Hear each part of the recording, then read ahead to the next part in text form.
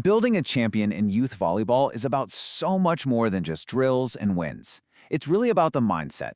In this explainer, we're going to unlock the playbook for success, both on and off the court, from the spirit of the game all the way to the heart of a great coach. Let's dive in.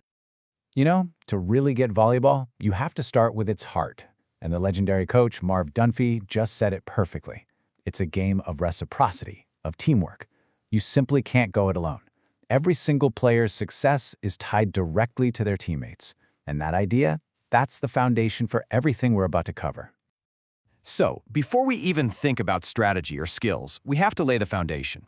This isn't just about a rule book. It's about getting to the absolute core of why we play this game. What's the spirit that really drives it? USA Volleyball's mini volley program just nails this. It reminds us that for young athletes, it's not about all the pressure and the complex drills. It boils down to one thing: fun. It's about playing with friends in a game that feels open and welcoming to absolutely everyone. That's the spirit we have to build on. Okay, so once we have that spirit of fun and inclusion locked in, we need a solid framework for competition. Rules and structure are what keep the game fair, safe, and, let's be honest, exciting for everybody involved. And speaking of rules, there are some pretty major changes coming in 2026 from Volleyball Canada that everyone, coaches, players, and parents, really needs to get up to speed on. So let's break down a couple of the most important updates. Yep, you heard that right. For 2026, things like cowbells, air horns, even those phone apps, they're out. And why? Well, the goal is pretty simple. Put the focus back where it belongs, on the incredible athletes playing the game, not on a bunch of distractions from the crowd. This next rule really puts a spotlight on the importance of commitment. We're talking a $1,500 fine for any team that just pulls out of nationals without giving proper notice. It sends a really clear message, right? Respect the competition and honor your commitment. At the end of the day, these rules aren't just about trying to avoid penalties. They're about building a safe, respectful environment for everyone. From keeping play inside the safe zones to protecting volunteers from harassment, every rule is really there to uphold the true spirit of volleyball. So if the rules are the framework for the game, who brings that spirit to life? Well, now we turn to the architect of the team, the coach. Their philosophy is literally the blueprint that shapes not just the team's strategy, but its entire culture. Now, there are a ton of coaching styles out there, but let's just look at two really powerful ones. You've got the democratic approach, think Phil Jackson with the Bulls, which is all about collaboration and shared ownership. Then there's the holistic style, which focuses on the whole person, not just the athlete. That's perfect for more mature teams who can really guide themselves. You know, a truly great coach understands that correcting errors isn't about punishment. It has to be a positive process. Coming down hard on players for honest mistakes just makes them afraid to try new things.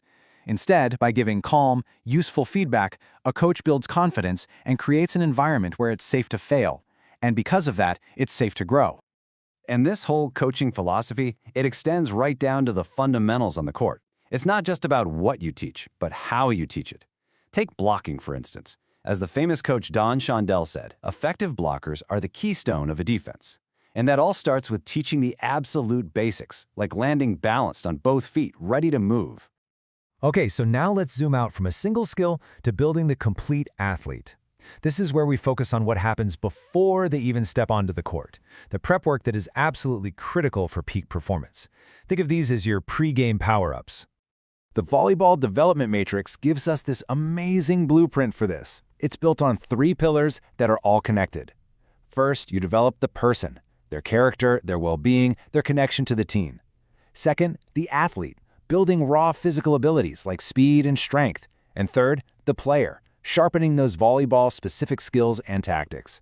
The key here is you can't neglect one for the others. They all have to grow together. So that first pillar, developing the person, is our first big power-up. It's all about connection. When players feel a real bond with their teammates, that shared energy and support just melts away individual pressure. It builds this sense of belonging that lets them play with genuine courage.